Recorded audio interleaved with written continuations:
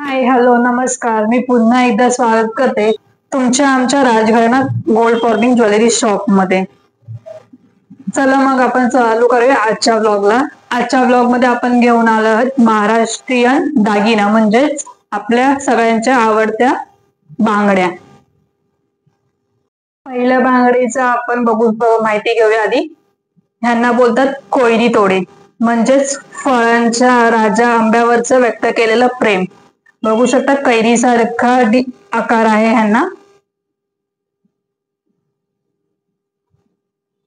छान अशा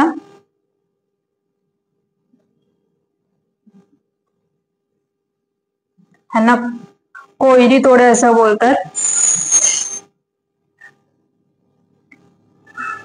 बांगड्यांचा दुसरा प्रकार म्हणजे गहू तोडे. गव्हापासून बनवलेले किंवा गव्हाच्या आकारामधले तोडे. यांचा पारंपरिक विचार असा की बाबा तुझ्या घरात धनधान्य राहू देत, भरभरून राहू देत, असा जुन्या काळात विचार असायचा.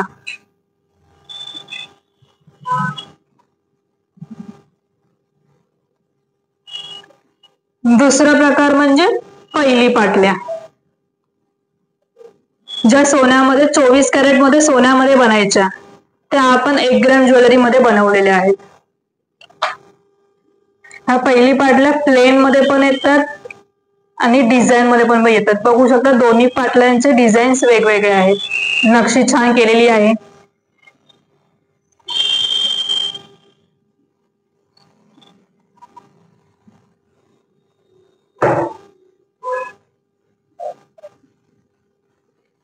आणि चौथा प्रकार म्हणजे पिछोडी. नावाप्रमाणेच बांगड्यांच्या मागे पिछोडी अलंकार वापरतात. या बांगड्यांची खासियत अशी आहे की उत्तर भारतातून ट्रॅव्हल करून हा अलंकार इथे आलेला आहे आपल्या महाराष्ट्रामध्ये.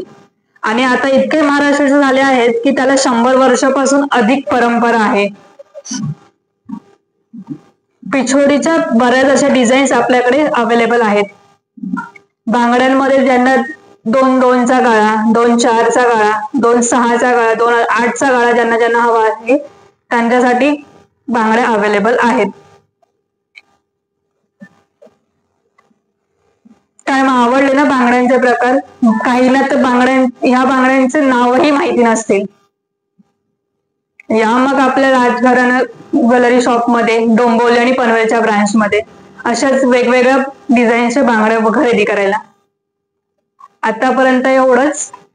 आणि अजून तुम्हाला आणखीन डिझाईन्स बघायचे असेल, अजून वेगवेगळे दागिने तुम्हाला तर बघायचे असतील तर नक्कीच आपल्या चॅनलला लाईक करा, शेअर करा, सबस्क्राईब करा. भेटू पुन्हा पुढच्या ब्लॉग मध्ये एका वेगळ्या दागिन्यासोबत. तोपर्यंत टाटा बाय बाय.